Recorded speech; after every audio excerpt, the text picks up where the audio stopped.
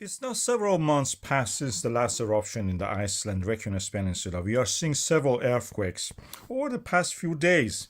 And these are the signs, and I'm marking them by these arrows. You can see them.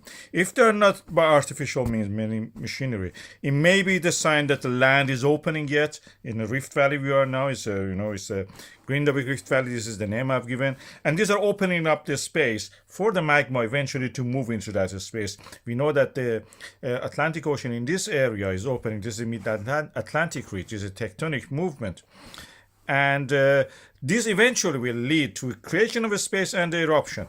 We have this buildup of stress more and in the form of the earthquakes and releasing of the energy in the Svartsengi. Then we may have it also. We have a cluster there in the Krisovik adjacent area, like a zipper. These movements transfer from one system to another, and this is the way that we have traced all this volcanic system in the Iceland when the from the south to the north move.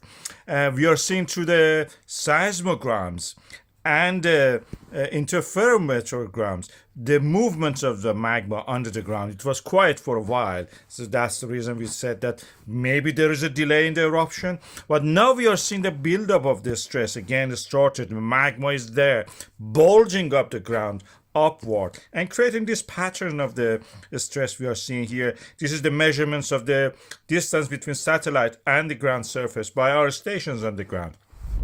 And the center of them is north of the Grindavík. I will tell about that more. This is where we had the last eruption when it started, and the magma oozed out of the ground. It created a nice eruption in the past previous 8 to 9 eruptions. We are seeing the land uplift, which is a sign of this magma accumulation in the linear diagram. I'm showing it here to you. This is University of Iceland and the Icelandic Meteorological Office data. The level of the magma is higher than what it was in the previous eruption.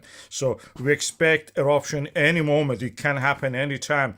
And the risk assessment at the moment has not changed compared to what it was in the past, but we are waiting, and I will show you a zoomed out part of that interferometrogram. And you can see here, this is where I expect the eruption happen. And this is north of the defense walls of the Grindavík. There we had the previous eruption, and some breaches of the wall happened in the past. This time it may happen again to the south of the Svartsengi power plant. Although the IMO report is conservative on that, and this is true scientifically, we cannot really be sure, but we've seen the evidence for the magma accumulation.